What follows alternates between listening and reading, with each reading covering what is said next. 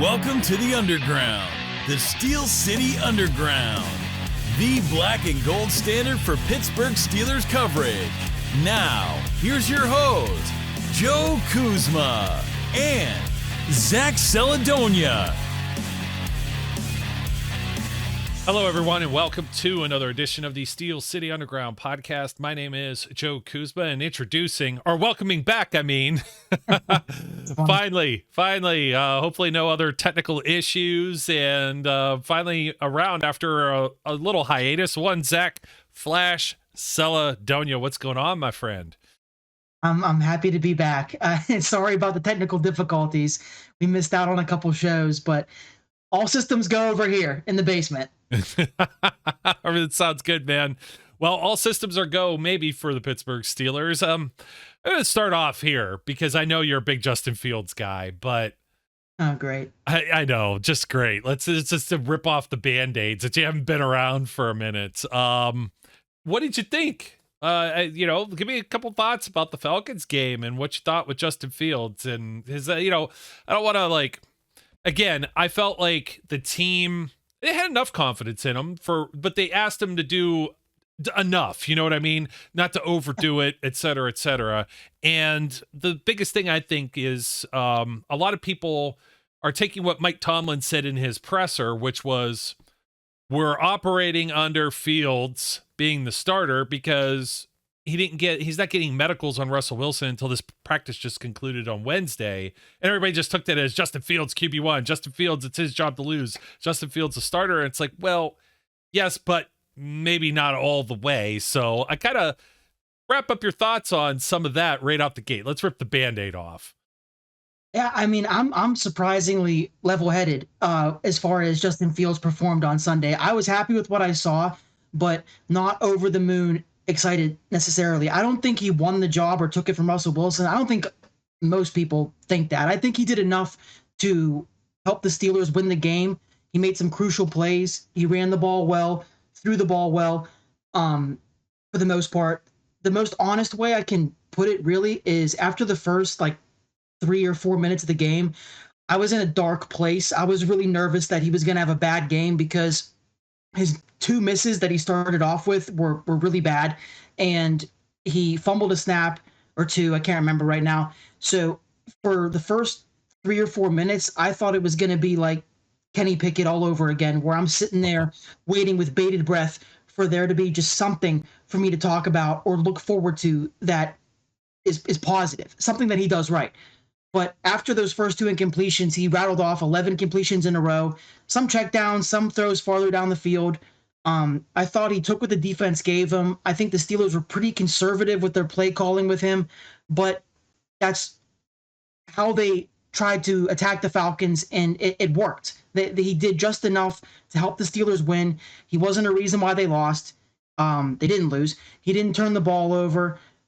I thought he did just enough to make people like myself who are rooting for him to eventually be the starter feel good about it, but he didn't do enough to overtake the job entirely. I think if Russell Wilson was healthy 100%, they'd probably go about their business this week with Russell Wilson starting, but he's not healthy enough to be the starter right now. He may start on Sunday, but it seems like all directions are pointing towards Fields probably starting on Sunday. The light has been left on for Russell Wilson to start on Sunday, but if Fields had performed better, maybe led a touchdown drive or two instead of having every drive result in field goals, which again helped the Steelers win. Points matter, and they won because of Chris Boswell in the defense and the few plays Fields was able to make. It might be more of a discussion, but we can reopen this after Sunday if he has a really good game. If it's another game against the Broncos where he does just enough to manage the game and doesn't make mistakes and we win, we still might be right back in the same spot next week. But if he does really, really well on Sunday, then all these stories and all these headlines about it being his job to lose may come to fruition. But right now, I don't think it's that simple. I think he's fortunate that Russell Wilson is injured because he's probably, hopefully, going to get another shot on Sunday to potentially win the job and make it his to lose. But yeah, I was happy, and I'm glad we won. I'm glad he had I counted 3 throws that really impressed me of his, like, what was it, 17 completions, give or take.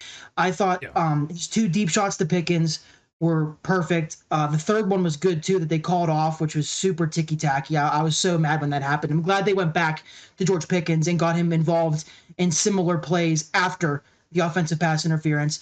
And he had a really nice throw on the sideline to Pat Fryermuth where he rolled left and flipped his shoulders Yes. and connected him for a Yes. first down. That was a nice throw too. So he was able to throw the ball to a certain degree. Want to see him make more aggressive throws downfield, but I don't know how much they were asking him to do that.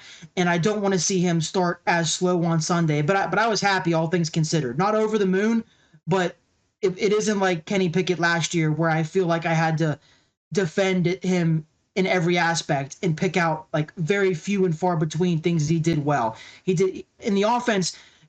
The point spread or the stat sheet won't reflect it, all the field goals and only 18 points, but it felt like the offense moved better and more consistently and achieved first downs a lot easier than we did last year, at least to start the season out this year under Arthur Smith. Yeah. I very much liked what Arthur Smith drew up, maybe even in I hate to say like in short time because we still don't know. There could be some packages that they do have drawn up just to get Fields on the field. So maybe they just expanded on some of those. I remember them going empty set and spread everyone out. And I said, oh man, just get behind Zach Frazier, who highly rated for that game. I was blown away. And then it was like, I kind of, yeah. And I love too, when I see that other people have saw the same thing that I saw. So it's like, oh, validation a little bit, Oh, yes. That's the best. Yeah. That's my favorite thing to go on Twitter afterwards and be like, I knew it. I know ball. But I mean, he got right behind him and it was like, it was Justin was able to fake. It almost kind of looked like he looked a little bit more like himself with Ohio State after he settled in, after some of the jitters. I had the same concerns like right out the gate. It's like, oh dear, here we go again. They're on the road. They're going to play down maybe to an opponent. But a lot of people feel that this Falcons team, they added some free agents. They made a lot of changes, new head coach, etc. That they're going to be the team, in the NFC South, and they're going to bounce back. And it obviously favored at home, but just the standard 3 points against the Steelers. And then the Steelers have a backup quarterback, and you got like maybe a day or day and a half with Justin actually practicing as a starter, but that's where all of that practice and time during the training camp now comes in, and he was already prepared. He was already kind of a pseudo 1B or whatever, so it wasn't like he was just thrown into it. And I felt at least that much comfortable that if he doesn't make any errant throws, that the Steelers would have an opportunity. Of course, 23 attempts pales in comparison to what you're going to see with the Denver Broncos and what they did first-time starter Bo Nix, even though Bo Nix is, Van Wilder with 8 or 10 years in college, Tommy Boy, like something like that. But he's an older NFL rookie, maybe more mature, but 42 attempts, dude. Age. What's that? I think him and Fields are the same age. They might be. I'm going to look that up. Close. Yeah, I'm gonna look that up in a minute. When I flip back to you, I'm gonna do some typing in the background and take a look at this. But yeah, 26 of 42, Bo Nix. Like, what are you thinking, Denver? Like right out the gate, Sean Payton, what are you doing? He completed. Now get this, that's almost 62%, but that was 26 throws for 138 yards. There wasn't anything there, and then 2 picks, very ill advised. The one was line. Yeah, very, very bad. But I mean, Fields, at least, like, if he was at least trying to read the field, he'd move out the way, he'd use his legs to avoid danger. He took a couple sacks where I wish he would have been able to do a little more. I thought he missed Van Jefferson on a very wide open play. Maybe that was the beginning of the game. Yeah, the beginning of the game, I'm telling you, I was really nervous, and I thought it was just like play back. Yeah, it was Van Jefferson on the sideline, then it was Najee coming out of the backfield. Yes. Pass. Najee. Oh my goodness, Najee. There was Najee was also open on the Van Jefferson one, but there was the one where he kind of threw it behind Najee. And Najee probably breaks for like 20, 30 easily right there. You also had some big plays.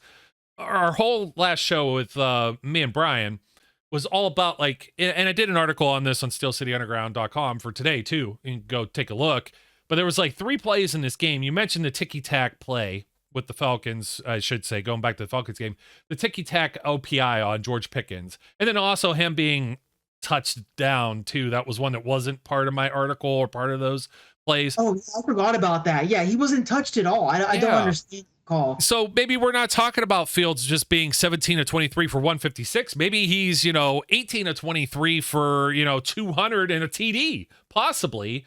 It didn't work that they went for 4th and 1. I didn't talk about this enough that they left points on the board there too. It's another 3 points, but if they had gotten that play, maybe they punch it into the end zone. They're going to be like 5 or 6 yards out if that's converted to a first down. I think they were actually on the 6. That was the last mistake that I accounted for Fields, because you could say it's Tomlin's call, but at the same time, Fields, this isn't his first time starting, and like you just said, he's basically starter 1B, or he was going into the season pretty much, with how many reps he took in camp and how everything went through the preseason. When I saw them line up for the sneak there, everybody in the building and everybody at their houses, they knew that it was going to be a QB sneak. Why not audible out of it or call a timeout? I get the game was close, so you don't want to waste a timeout, but that was Fields' last mistake. But considering the way the rest of the game went, and it is really, really bad 2 incompletions to start the game. They were bad. I'm not dismissing them. It got way better from that point. He settled in and he got more calm, got more confident, was running around more. And I know you don't want to see your quarterback run more than he passes, but with a quarterback like Justin Fields or Lamar Jackson or Cam Newton or Josh Allen, it's just a part of their game that when they can do that, you have to take advantage of what the defense gives you. So whereas I would have loved to see him connect on that deep pass to George Pickens where they call it OPI, or maybe take 2 or 3 more shots down the field instead of all the checkdowns that he took, all things considered, I'll take the performance out of Justin Fields, what we got, especially considering what we've gone through since Ben left. It's been really hard to find the positives in quarterback play these past few years, and it wasn't the prettiest, but he made it easier on me than players have of the past recently. So I'm happy for that, but need to see more on Sunday for me to sit here and beat my chest and say he's QB1 now. I had friends exactly. They're telling me that I'm being not too hard on him, but they're surprised I wasn't as he's the starter now, dude, for sure. I want to say that, I want that to be the case, but he just didn't do quite enough for me to feel that confident. If on Sunday, if he balls out and we win and he throws multiple touchdowns and everything looks great, I'll be right there on the front lines. I'll be leading the charge. But right now, I'm holding the line. I'm prepared for the Steelers to go back to Russell Wilson if they feel like Fields doesn't do enough. I hope he does, because I'm rooting for the kid. I think he's got a lot of potential. I think you see it in small spurts. You still see the mistakes pop up from time to time, but the game went well when you lump all these factors together for him. It could have gone better, but it went well. And thankfully, we were able to come out of it with a win, because the mistakes were really minimalized, not just by Justin Fields, but by the defense, because at the beginning it felt like that Bijan Robinson and Tyler Algier, the Falcons running backs, it felt like they were about to run all over us for a period of time. And they tightened that up. So that's coaching, and that's comfortability, that's confidence, that's knowing what you're doing, knowing your assignments. I was pretty impressed with what the Steelers did. I know the national media is laughing at us for not scoring a touchdown, and they're calling us the same Steelers as always, but I really do think they look like a better team than last year. The defense is always going to be lights out. The defense is always good. When you have TJ Watt, Minka Fitzpatrick, Cam Hayward, Patrick Queen didn't have a very big game, but you got playmakers at every level on the defense. You could make an argument we're the best defense in the NFL if you're just looking at week 1. And that's always the case with the Steelers. We're always right there in the top defenses. But the offense really seemed like they had more flow, more consistency. There was some advanced stat. I never understand what half this shit means, but there was some advanced stat that compiled the percentage of positive plays, both offense and defense, together. And the Steelers were number 2 in the NFL after Sunday, as far as the offense and the defense, clicking on all cylinders and being successful, for lack of a better explanation. Yeah. I gotta circle back around to what I was thinking of next. By the way, the age difference is only a year between Fields is 1 year older. That like maybe a year, maybe 13 months, I think is what I saw here. Rookie contract already. I know it's crazy, and it's like he's a fifth year in the NFL versus a rookie. You know what I mean? He's already, or no, I'm sorry, fourth year. So, but anyways, yeah, I'm comfortable. So basically, I was asking and picking your brain on some of that. You said a lot of things that I was going to say, especially some of the throws I was impressed with. Maybe he could build upon that. Maybe this is an Arthur Smith thing where now let's add a little bit to it. Maybe we get a little more in the game plan. But I'm alluding to those big plays that were missed because one, okay, you missed the throw to Van Jefferson. I don't think Russell Wilson maybe misses that throw. But at the same time, you have TJ Watt with a strip sack that's called back on an offside penalty. What I was getting at is a lot of people are looking at like what you said, oh, Steelers didn't score a touchdown. It was 18-10. It wasn't the same feel as like with like you said, Pickett or Trubisky or somebody like that, where the plays were just completely left on the field. The plays were being made and they were pulled back. And if you go back to that was in the second quarter with Watt and strip sack. Atlanta doesn't even score a touchdown. They score like 3 points, whereas the Steelers, if they don't go for it on that 4th and 1, or let's say the outcome's different, they do go for it, and then they punch it in for a touchdown. They could have been in the category of having anywhere from a 21-3 to 28-3 or 31-3 score for that game, because the Pickens OPI, that turns up backing them up, and then they end up punting after that, Yeah. So that's very positive when you're looking at it. I know coulda, woulda, shoulda, but these are the things where good teams still played above the line of the officiating drawbacks, whether it was actual human, referee mistakes or the team shooting themselves in the foot. They were still able to overcome that, play lights out. How many yards of offense did the Falcons have in the second half? Like next to nothing. And I'm saying all this about Falcons because Kirk Cousins is a better quarterback than they're going to see with Bo Nix. I don't know. The Falcons wide receivers aren't very strong, in my opinion, but their run game was pretty strong. Their offensive line, I believe, is better. I believe at every facet that you could look at in this game, even defensively for the Falcons, they have some guys that could pass rush. You have a Grady Jarrett, or you have the guys in the secondary like Jesse Bates and AJ Terrell. I'm looking at the Broncos like, okay, you got Patrick Surtain, and I think this was maybe it was Matt Williamson that pointed this out, or Dale Lawley, one of these guys on the Steelers Nation radio. They said the Broncos only have one first-round pick, or a guy that was a former first-round pick, on their defense entirely. They have like nothing invested on the defensive side of the ball. I know a lot of this was they shipped a lot of players over in trades, getting Sean Payton, getting Russell Wilson, who's no longer there. And just now they're in like complete rebuild mode. I look up and down this roster, and it's like there isn't a single person on the defense I'm scared of. So I really want to see Russell Wilson play. I'm curious if Russell's got more in the gas tank. We know Russell Wilson is 35 years old and starting near the twilight of his career. We don't know that he is or could be the future for this team, where that's where the excitement of Fields is. He's 25 years old. This guy could have 15 plus years left in him in the league or whatever.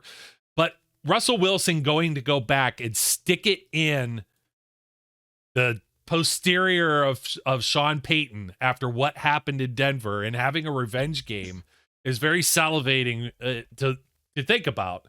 Whether or not he gets that opportunity is a whole other thing. So, but I either way, I feel pretty good about both quarterbacks, because you saw Lamar Jackson against the Chiefs, right?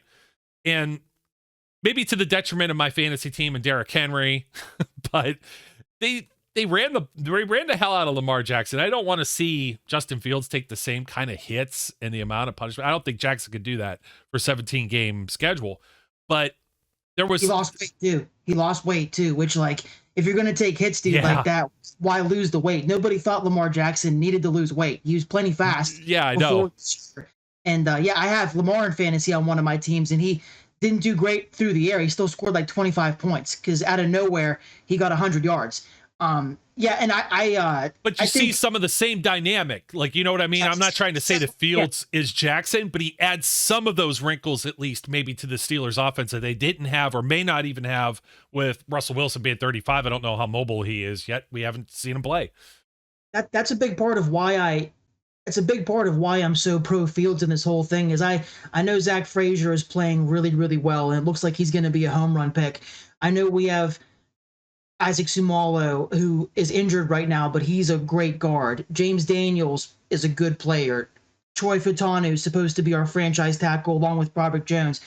But it's a line in flux right now, and they've got injuries they're dealing with. And I just feel like this element that Fields gives the Steelers is an extra feather in his cap. Yes. It'd be different if our offensive line was all healthy and everybody was clicking and we were good to go, and Russ didn't have to worry about escaping the pocket as much and using his legs, because his leg is the thing that's injured right now too.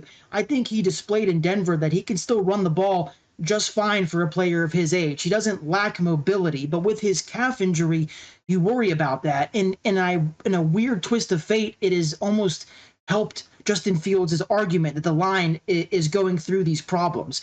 I think that if Russ can practice and if he's healthy, the Steelers, being the Steelers, will give Russ that opportunity on Sunday. But just from what I am reading between the lines and the writing on the wall, I don't think he'll be ready to go on Sunday. However, I will come over to your side and say if there was a team that I want to see Russell Wilson play against, it would be the Broncos for the revenge game factor, because I think these players, they are put on a pedestal and they're viewed as superhuman, but at the end of the day, they are human. And you never want to prove anyone wrong more than somebody who tells you you aren't worth a shit anymore. So if he were to start a game this year, I would love to see him against the Broncos. Today he was limited in practice, can be good or bad.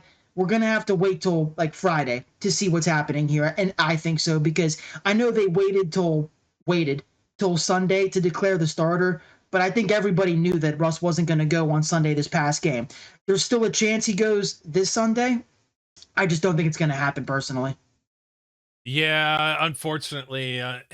And then you do get to a point where after how long, I mean, there's some truth to a little bit of the media talking heads. If Fields performs and he plays well and he plays like 3-4 games, it's like, does that become his team then? That's tough. You got a guy that's a captain now that's going to be on the bench. You know what I mean? Yeah, well, Mitch Trubisky was a captain. I know. Isn't that wild? The parallels with it's crazy. Yeah, he needs to play well, and we need to win. I think if we just rattle off, if we win versus Denver, we win the next week, and Fields is the starter, but he's putting up stat lines like he did against the Falcons, the Steelers, in their right minds, could still start Russell Wilson. But if we win and he puts up good stat lines, then it'll be really hard to go back to him. So that's me leaving the light on for Russell Wilson. I want it to be Fields, but Fields needs to win, and he needs to put up good stat lines. It can't just be game management this whole time, because they're riding the hot hand. That's a thing that happens in the NFL, but you don't ride the game manager's hand, you know? So like if he's just doing enough to win the game, that's great. We'll appreciate it. But need to see some wow plays, need to see some touchdown throws, some sustained drives that end in touchdowns, not just field goals. And then I think the conversation is real. Right now, I think there's truth still to the idea that Russell Wilson will start games for the Steelers, but the ball is in Justin Fields' court if he gets that opportunity on this Sunday. That's going to be step number 1 or 2, I should say, step number 2. Yeah, no, I'm with you the whole way. I'm glad you brought up offensive line too. But with Fields specifically, those numbers, those are Kenny Pickett numbers. You know what I mean? So we can't just go and the people that are, beating their chest like Tarzan are like, hey, look, this guy, he's the future. He looks good. There's no touchdown passes, and there's also no interceptions, and it's 23 attempts, 156 yards. That's Kenny Pickett stuff, and we need better. It's just the rushing yards that he has over Kenny, because 50 rushing yards isn't easy to achieve in this league as a quarterback. So he does have that level over it. And I already said this, but I feel like the offense did move more consistently and better. But the stat line as far as through the air, yeah, it's very Kenny Pickett-esque. That's why I want to see him do more against the Broncos in order for me to feel like I can pound my chest and be like, yeah, he's QB1 now. And the Denver defense is a good opportunity if he gets a chance, because Pat Surtain is really I was trying to do like research at my full-time job today, 9 to 5, getting the real work done, trying to prepare for the show and looking at their defense. And I've heard of Drew Singleton before because I think he's a captain for them, and he's got long hair. So he stuck out to me before on TV, and he's one of their linebackers. But gun to my head, I couldn't tell you like a really good defensive lineman or linebacker they have. Pat Surtain is arguably the best corner in the NFL. Excuse me, sorry, geez, Chipotle. And George Pickens is going to have his work cut out for him. I believe George Pickens is one of them ones, and he's going to have a good game, but it's not going to be as easy as it was versus the Falcons. Nothing's easy in the NFL versus these corners. And A.J. Terrell on the Falcons is a really good corner in his own right. I believe he's also a top 5 paid guy. Yeah. But Pat Surtain is arguably the best corner in the NFL right now. So that's not only going to be a challenge for George Pickens, but it's going to be a challenge for Justin Fields or Russ if he's healthy. But that is the matchup of the game. The rest of the defense the Broncos have, this could be clipped and put on cold takes, but I'm not really worried about the rest of the Broncos defense. It's primarily Pat Surtain. Yeah, who's coming after the quarterback? Zach Allen, John Franklin Myers, Zach Allen, I guess, because of the draft, but I don't know how well he's doing. They have they got Drew Sanders, the linebacker from Arkansas. Let me see. I think they did, but I don't know that he is healthy. Yeah. Hold on a second. I was pulling up the full Denver Broncos roster here. And as I'm thinking about that, so injured reserve, no. Drew Sanders is still on the PUP list. I was halfway there. They used to have Simmons to the Falcons, who we just played. Mm-hmm, they used to have Josie Jewell back in the day too. They got Levi Wallace out there as a backup corner, though. Nice. We don't need no revenge games from him, though. But yeah, it's Surtain and Riley Moss, PJ Locke, and Brandon Jones. That's the secondary. It's all Surtain. PJ Locke's here too. PJ Locke had a quick minute undrafted, so he's made a career. I think he's been there the entire time since leaving. So, but back to good point. Dan Moore Jr. was dinged, limited in practice. We don't know how it's going to affect his availability going forward. He's still got the rest of the week to work with. This could open the door for something that's very interesting. Who would have thought week 2 that you could have? What happens if Fautanu now has to come in? You move Broderick Jones? It doesn't matter. You're going to move, if you move Broderick Jones over, you now have 4 new elements in the second week, because Zach Frazier's going to be starting his second game ever. Spencer Anderson's going to be starting his second game ever. And I think Justin Fields helped disguise, and so did the play of Zach Frazier. Let's not kid ourselves. Zach Frazier was second level all day long. That guy was top tier. He's bullying people. So, I mean, I'm high off of one game. If there's anybody I've ever been as high on, it's Zach Frazier right now. That's my dude right now. Like Keanu Benton was my dude last year. 100%. You're seeing offensive line experts break down his tape and talk about how great he is. Brian Baldinger, Duke Mayweather, these guys who are their job is to break down offensive line tape. They all love him. They're gushing over him. I think right now, if he were to have a way too early best rookie center, it's Zach Frazier. People thought that already after the draft. A lot of people thought that, but it seems like the Steelers really stole him in the second round. Then he was moving dudes. He was pancaking guys. He was making run lanes for Najee Harris and Justin Fields. His pass protection held up. He let up 0 pressures pass protecting. Dan Moore had a good game pass protecting too, but dude, this is how it should be. I don't understand drafting tackle in the first round in back-to-back years, and you're still going to dick around with Dan Moore. He's a bad player who had a good game against the Falcons. I'll give him that. He did really well in pass protection, but there's no reason why this guy should be starting with 2 first-round tackles in back-to-back seasons, man. I know. You go there and play them. They both. I mean, Broderick Jones was viewed as a raw guy when they picked him, but he started over half the games last year. So what? He just got raw in the offseason, and Fautanu was supposed to be pro-ready. I know he got hurt in camp, but he was healthy to start the season. Was he inactive last game? Is that what they did with him? He was inactive? What was that? Fautanu? Hold on. I actually had that right in front of me. He was just a DMP. So he was actually active for game day. If somebody would have gotten hurt, he may have been pulled in. Dude, just start the kids, man. Start the kids. Get them out there. The sooner they get out there, the sooner they'll keep their job, or you'll at least know, okay, this guy's now we'll use Dan Moore again. They are the investments. They're the guys that you're hoping can be your bookend tackles for the next 10 years apiece. And we're just dragging our knuckles with it, man. I hope that the starting tackles on Sunday are Fautanu and Jones. If there was ever a better time, you don't want to do this week 3 against the LA Chargers. You know what I mean? With Bosa and Mac, that's just not going to be. That's not going to. I don't know about the rest of the Chargers defense. I didn't really dig into the Chargers. I saw some of their game. I was not impressed, even though they played the Raiders. It was the Raiders are going to be a pretty bad team, I think. They've got a good secondary, but their linebackers aren't very good. If you don't count Mack as a linebacker, being an outside guy, that their linebackers aren't very good. Their middle defensive line isn't very intimidating. It's like Bosa, Khalil. So do it now. Yeah, put these guys in Denver right now against the like, who is this guy, Joe Bag of Donuts or whatever, that's playing in their front seven, and then they got a game under their belt, and then you move forward. If Seumalo's not healthy or ready to go, and this is an interesting take on this too. If you get this moving, and let's say Fields keeps this, you know how young this team is. Now they're going to have to pull out some money probably for Fields, and I don't think Fields would go anywhere else. You know what I mean? This is the team that's given him the opportunity, etc. Yeah, I don't think as much as I root for him, I don't think he'll have like any type of like crazy season. Even if he starts the whole year, he'll do well, but not enough to make us break him off like $50 million a year guaranteed. It might be like a 2 to 3 year like modest extension for him to earn that next big payday with us. I'm not worried about him like breaking the bank with us, but eventually, that'd be a great problem to have. But look at the offensive line. Both tackles are young. One's a rookie, center's a rookie. Spencer Anderson's a second-year player. You got McCormick that you drafted that a lot of folks are thinking, hey, this is the guy that's the future behind James Daniels. That could be a young offensive line that stays together for many years down the road. It's exciting to look at. I think they will push people around in Denver.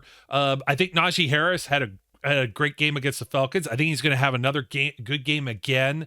He was up for the angry runs again. I didn't get to see if did he win it? I don't think he won it this time. No, but Montgomery won it. Yeah. And then Jaylen Warren was being eased in, and he should be another week healthier. And now maybe if you could control the run game the same way, I don't see any reason why not. All these tight ends that they've been throwing out there. Michael Pruitt played over half of the game. I mean, he played more snaps than Najee did, which is just absolutely crazy. That's wild. And so did Freiermuth. So you got two tight ends that played more than your starting running back. That's wild. And then Darnell Washington was somewhere in the 30 or 40% share too. They're going to do a lot of this same stuff. I think it creates a lot of mismatch problems, a lot of misdirection. Connor Hayward got in there a little bit. I'm excited for the Steelers offense against the Denver Broncos defense. But the Denver Broncos offense, I'm just even more excited about the Steelers defense against that offense. I mentioned Bo Nix. Now, the wide receivers, you would think on paper these guys might be a little bit better, but it does look like a lot of... You got Cortland Sutton. He's up there. Sutton's good ball player, Cortland Sutton. But aside from him, it's a bunch of guys that are pretty unproven and young. Mm-hmm. Cortland Sutton has made money in this league. He's made a lot of plays in this league. But going up against Joey Porter Jr. has shut down a lot of better players than Cortland Sutton. A lot of faster players, and a big body receiver like Cortland Sutton is a favorable matchup for a corner like Joey Porter Jr., who's good in man coverage and can line up size-wise with him. And with a quarterback like Bo Nix, who's very inexperienced in the NFL anyway, he's very inexperienced. He showed in the first game of his career and throughout his college career, he's pretty loose with the ball. He's prone to throw some at your defense, and the Steelers have a very opportunistic defense with guys like Joey Porter Jr. and Dante Jackson and Deshaun Elliott both got their hands on multiple balls. Oh, man. And, of course, Minkah Fitzpatrick and T.J. Watt, who's like one of the better swatters in the game and can get his hands on an interception or two if he's savvy enough to time it up right. If there's a bet on one of these sports books for Steelers turnovers, you can take that to the bank. There's going to be at least two. I put good money on that. Like, strip sack is always a possibility with T.J. Watt and Alex Highsmith, but interceptions this game, you could very possibly have multiple with the way the Steelers secondary swarms and how aggressive, almost to a fault, Bo Nix can be, and their lack of weapons in the receiver room outside of Cortland Sutton. I know they're excited about Mims over there. He was a rookie last year. He's a speedster, but nothing really to be too worried about. No, he's done nothing. They drafted Franklin. I think I was looking this up. I thought I heard that Franklin was an inactive. He wouldn't even like dress for the game. He didn't get a helmet. That's wild. He was Bo Nix's teammate in college, and he was supposed to be one of the higher drafted wide receivers of this past draft class. And I'm pretty sure he went after Roman Wilson. I think he went in the 4th round. And being inactive on game day isn't a step in the right direction towards having a stellar rookie season. So outside of Cortland Sutton, who I think Joey Porter can handle, the receivers aren't very intimidating. Their tight ends aren't very good. Their running backs, it seems like they don't even know who their starting running back is, because you got Javonte Williams, you got Jalen McLaughlin. Jaleel McLaughlin from Youngstown State, man, undrafted. He put one on. He put one on the floor too. Like, you know, the ball security is kind of a thing with him too. Even though I stand for him just because of the alma mater. So he's now I sound like I'm contradicting myself. He had a good rookie season, enough to be the presumed starter this year and have it be a camp battle with Javonte Williams to start. And I even have him on a bench on one of my fantasy teams. But he, I don't think whenever you have a situation like that in the running back room where you don't really have a guy that you're fully confident in yet, that's not a good sign. You know, at least the Steelers, yeah, they have Najee Harris, they got Jaylen Warren, but they have a lot of confidence in both of those guys. Jaleel McLaughlin is a guy coming off of an impressive rookie season, but had a rough week 1. And Javonte Williams hasn't been able to find his footing this entire time yet. And they drafted Audric Estime. Yeah. From he's more of a bruiser back, and our defense matches well against that type of back. He just got put on IR, so he's out for 4 games. Yeah, he just got hurt. Yeah, we don't even have to worry. And I believe he may have had a fumble in that game as well against the Seahawks. You take a look at, like, McLaughlin he had 10 carries for 27 yards, a 2.7 average. He caught 5 balls out of the backfield for 1 yard. Like, nothing was clicking there. That's hard to do. Do you think that the Seahawks defense is, now I understand Mike McDonald's there and all this other stuff, but do you think that they are more talented or better than the Steelers? I understand they are playing in Seattle, but I don't see, man, I just don't see. Not even close. Not even close. They have a couple playmakers in Seattle. Boy Maffei's coming into his own. Love's a defensive back. Witherspoon's a good defensive back, but no, not even close. The Steelers have superstars at every level.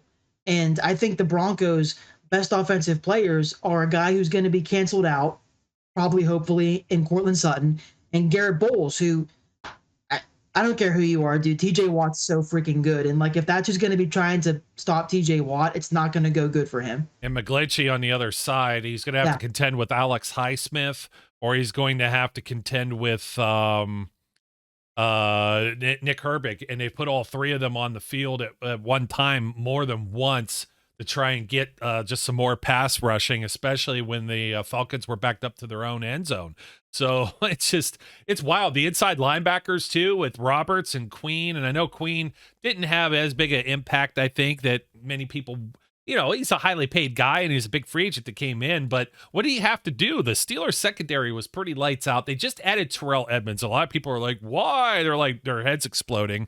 And I honestly thought Jalen Elliott was going to be the casualty of that with the roster transactions, but it all worked out with, like, you know, Cameron Johnston and all this other stuff. So speaking of the people need to understand that there's moves that are made throughout the season to add depth and add.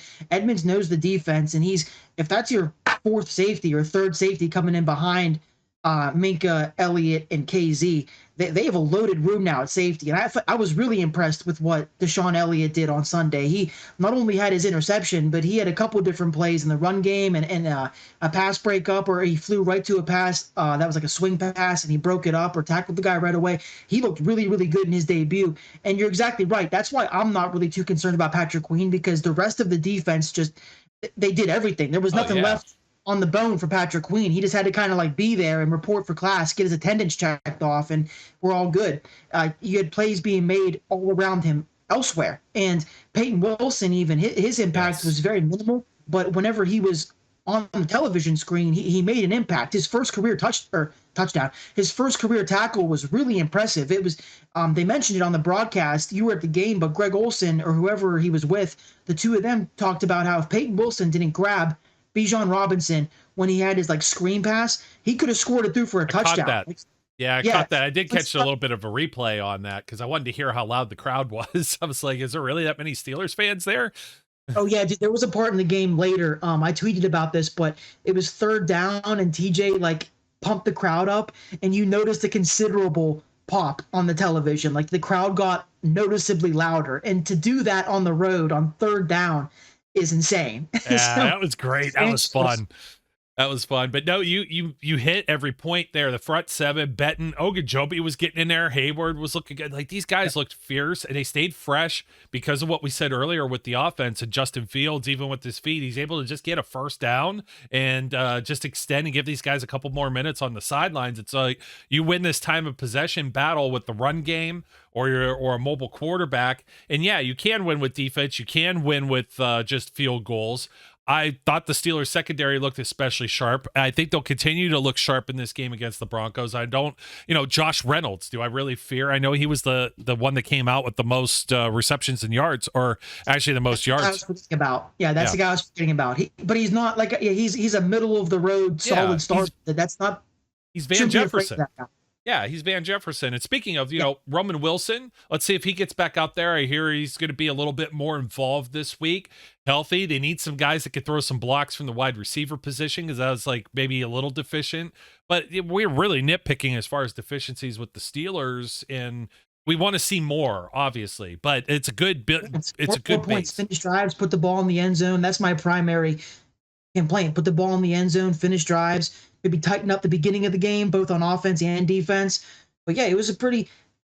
It's tough to explain to somebody that doesn't watch the whole game, or they just look at the score and they have like post-traumatic stress from the past few seasons. But there's really not that much to complain about from what we saw from the Steelers week one, especially considering the Falcons. I know they're getting made fun of right now, but by all accounts, they were supposed to be running away with that division this year. They're supposed to be viewed as one of the better teams in the NFC, even though they are the Falcons. Their division isn't supposed to be that good. They were viewed as a playoff team going into the season, and the Steelers took care of business. They didn't score as many points as he wanted them to, and they didn't finish drives in the end zone as often as he wanted them to. But those are the things we're critiquing right now, and I think with experience and with game action and getting through the early phases of the season, you're going to see stuff that's cleaned up. You're going to see drives that result in touchdowns, and you're going to see less mistakes being made on both sides of the ball to start the game out. It's a normal thing for week one for a team to come out a little bit slow on offense and defense, and you saw it from the Steelers. And fortunately, what separates them from a team that's going to be bad is they were able to correct a lot of those mistakes and get moving faster as the game went on. Yeah, I'm with you. I'm going to go back to Edmonds real quick because, Beanie Bishop, and I was saying this before, maybe I didn't actually put it into words, but maybe he was playing his own. Kyle Pitts got behind him. I mean, Kyle Pitts, everybody looks at him as being this top flight tight end. The Broncos have Adam Troutman, formerly University of Dayton, bounced around, got drafted by the Saints. He's been nobody like of significance either in his NFL career. It's gonna be really tough to look at this. Javonte Williams, 8 carries, 23 yards. He had a 2.9 average, with McLaughlin with a 2.7. And Williams caught one ball, one of 2 targets, 0 yards. Like, even these like little checkdowns and everything else, I think the Steelers they're gonna be swarming all over this team. The other significant addition, so Edmonds, you could see him as a dime backer, maybe, if he's active. We don't even know if he'll be active. Maybe he plays special teams, but he knows the defense, and that's where you could fill in one of these deficiencies. He might play a little more pseudo role as a DB, which we saw towards the end of his time here in Pittsburgh. He was getting pulled. He wasn't playing strong safety next to Minkah Fitzpatrick, who was playing a free safety. He was playing more of a hybrid role, coming up in the box, things of that nature. And maybe that's something where, he has a little more size, maybe a little more range and speed. And now you're not paying a guy multiple millions of dollars as, under a presumed starting safety type contract. And you could bring him in. He doesn't have to learn a whole lot on the fly. And I think he'll be fine. I think his biggest knock had always been, it hadn't been his athleticism. It's just been, the guy makes no splash plays. There's been very few highlights that you could think of, but if he just quietly does his job, and you don't have somebody like Troutman running free or a running back running free and making plays, and he's in for just those type of purposes, I think that'll be fantastic, especially if it frees up Minkah Fitzpatrick. One more thing too, I think Joey Porter Jr., I think you mentioned this, and how you basically said he could be effective at taking Cortland Sutton down. His name was not called, and when you don't call a name for a corner, it means they're doing their job. I think maybe one reception, one reception I against don't them. think he even qualified enough targets to be a part of a lot of these advanced stats that they put out with Yeah. graphs and stuff, because I was looking at one earlier to see how they did, and I saw Dante Jackson did pretty well, and I couldn't find Porter Jr. I don't think he qualified because he didn't get enough targets thrown his way, which is a good thing. He's really coming into his own as the number one corner. It's nice to see that his rookie season, like sometimes you get a guy who strikes lightning in a bottle as a rookie and he does really, really well, and then has a sophomore slump or doesn't follow up the next season as well. We're only one game in, but Drake London is supposed to be a good receiver, and he put Drake London in a box. Mhm. And with Edmonds, I feel the exact same way. I think he was brought in for depth. I think he was brought in for specific packages, like you mentioned, where they go heavy DBs or they want to have a dime linebacker in there, special teams. That's what he was brought in for. Elliott's still going to be the starter, but Edmonds, they have confidence in him, and they know that he can play and go out there with the ones and not be a liability. People hate Edmonds because he's never lived up to being a first-round pick, and a big part of that is the lack of splash plays. But if you're honest with yourself and you watch the tape and you see this guy and how he got better throughout his career with the Steelers, he turned into a very solid, good starter as far as just a strong safety, knowing his assignments, not getting beat, making tackles near the line of scrimmage, covering tight ends. He became a very good, reliable player for the Steelers. There were a lot of people that wanted him to be re-signed. It just didn't work out, and now he's back. So I was happy to see the signing. I had my eyes out for a safety addition because when camp broke and preseason ended, the Steelers put in a claim for some safety that they'd missed out on. It wasn't a big name guy, but it was some guy that either the Texans or the Eagles ended up getting. And the Steelers were one of like four other teams that put in a claim for him. So when I saw that, my ears went up and I was like, they're looking for a safety to do something, to add to the room as depth, special teams, and for packages. And they found the perfect guy in Edmonds who knows their defense already and they have confidence in, they know he can play. So I'm happy with the signing that they brought him back, especially as a guy who like always like appreciated him, for lack of a better term. And my only gripe is that now he's wearing 38 and I can't wear my 34 jersey. So. We'll see if he can he got to weasel his way to get that from Jalen Elliott. But I thought Jalen Elliott was going to be toast.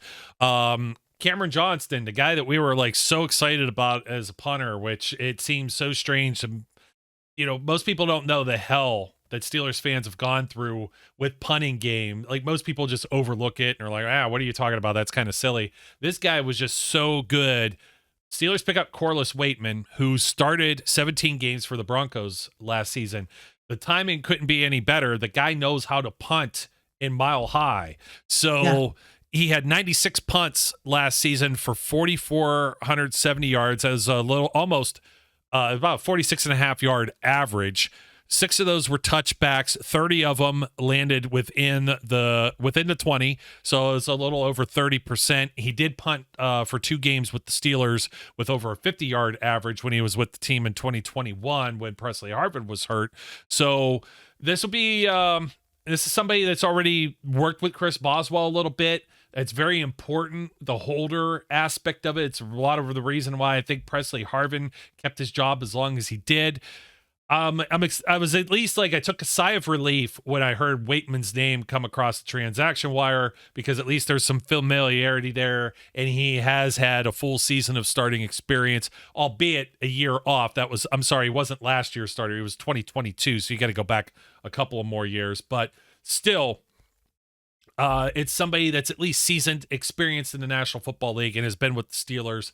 Those 3 things on a short week to replace somebody as good as Johnston. Will he be as good as Johnston? That's difficult to say. Probably not. I think Johnston was going to be in rare air. But is he going to be as bad as some of the punters that you've seen over the last few years? Either. I think he'll at least be mid or above that. And if he can keep that line with this Steelers defense, then it's all systems are go. So, man, Johnston being out for the year is just a major bummer, dude. I know, yeah. Most people who aren't Steeler fans don't understand it. He looked so good in the preseason, and he was doing so good in camp. That was a part of the game. It was the worst part of the game, seeing him go down. I was hoping that he was milking it. I was hoping he was doing like a soccer flop, trying to get the penalty, but no, he really, really blew his knee out, and that sucks. He was a prioritized free agent. If there is such a thing as a franchise punter, that's this guy, and he was looking really good, and it sucks. I feel bad for him. I don't know what's going to happen to him after this. I hope we're able to get him back next year because he can be that important to a team. But Waitman's about as good as they could do. Thank God they didn't bring Persley Harvin back. That would have been a nightmare for not only them but the fan base. There were talks about Brad Wing, but I think his ship has kind of sailed in the NFL. Finally. Waitman is a guy they're comfortable with. He's got good stats on paper. I was hoping if they were going to go out and get somebody that had already been here before, Waitman was the one that I was hoping they would get among those three names. So I think he'll do well. He's nowhere near as bad as Harvin. He's not as good as Johnston, but they were fortunate enough to find themselves a pretty average punter and not have to start completely back at square one with a guy like Harvin. I think he's going to be okay. Yep, I agree with you. Talking about new numbers, they issued him 8. Kenny Pickett's old number. I know. You're going to see the tape on the back of the Pickett jerseys. You might be able to pull that one out of the closet too. You and me both. We'll wear Waitman jerseys at home. So, fun fact about Waitman: he's fluent in Dutch and English. And that's something. Yeah, it seems like he beats to his own drum. There's pictures of him wearing like a watch on the field, and not like a Apple Fitness watch, like a watch with a long hand and a short hand. So he's a different cat. He is.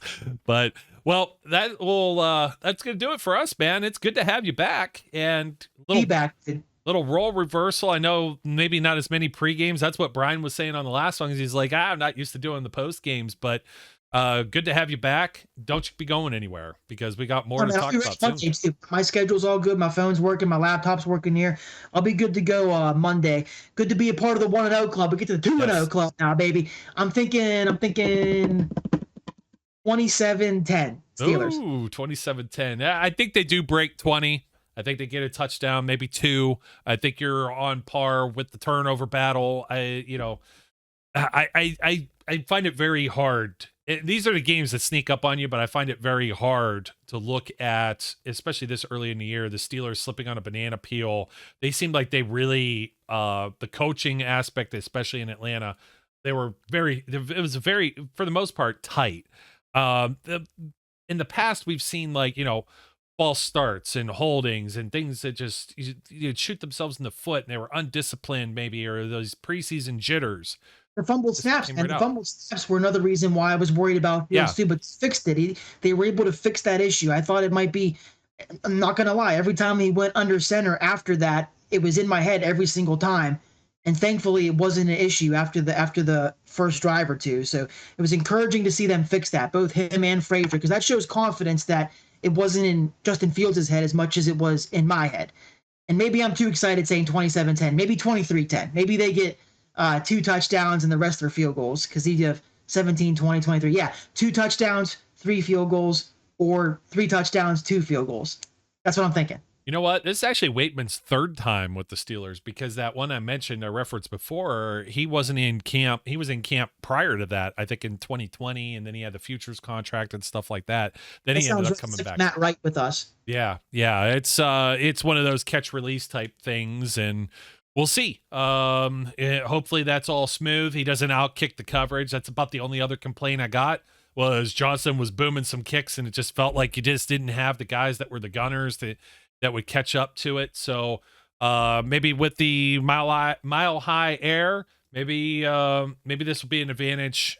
And Waitman already kind of knows maybe the nooks and crannies to that. So this will be good to see. We'll monitor the offensive line health and see if there's some more shuffling there. It'd be kind of crazy. I know Jones started and has been like a starter since midway last year, but if they move him to the other side, that's 4 new spots out of the 5. James Daniels, the only one not moving around. Usually that would give me more butterflies, but this particular week, I think it's looking good. Steelers will get over 20. I don't know that the Broncos will get over 10. This might still be a game depending on, I didn't see the line, but if it's like a 42 over and under, it might be still the under. I don't know. It's like a sucker bet. Yeah. So we shall see. So anyways, folks, don't forget to like, comment, subscribe, give a shout out and follow our friend over here, ZE Flash NFL or on the X, on the Twitters, whatever you want to call it. It's a mean mugging for the camera. And that'll do it for us. Looking forward to another, hopefully, Steelers victory. We saw the weaker part of the schedule is at the beginning here. It would be nice to be 2-0 right out the gate. And I mean, it's very good. Like they could possibly, if they stack these wins, maybe Baltimore gets back to like 1-1. I think they got the Raiders, but I was looking like the Browns and Bengals. What if they fell to like 0-2 and you had a 2-0 Steelers team right out the gate? That would be like very wishful thinking. And it was something that me and Brian, we're being biased when we're making these predictions, but you're looking at the schedule like, man, this is very favorable for the Steelers to start, even though they're on the road. Get another one out the gate here, and you have a game at home against the Chargers, a West Coast team, and then you go to the Colts, which is going to be another place that is going to be a hot ticket sale, Dome Stadium for Steelers fans that usually show up and make noise there too. If they go into that game like 3-0, that place is going to be like an invasion too. So maybe it's a lot of possibly you. Maybe it's some wishful thinking. Maybe I'm getting ahead of myself, but it would be great to see. So until we get to see that, we'll be back next week. Maybe with this guy too. Flash, good having you back. My name's Joe. His name's Zach. Till next time, we encourage everyone out there to be safe, be good, and we'll catch you later. We would like to thank you for listening and remind our listeners to follow us on social media and our website, www.steelcityunderground.com.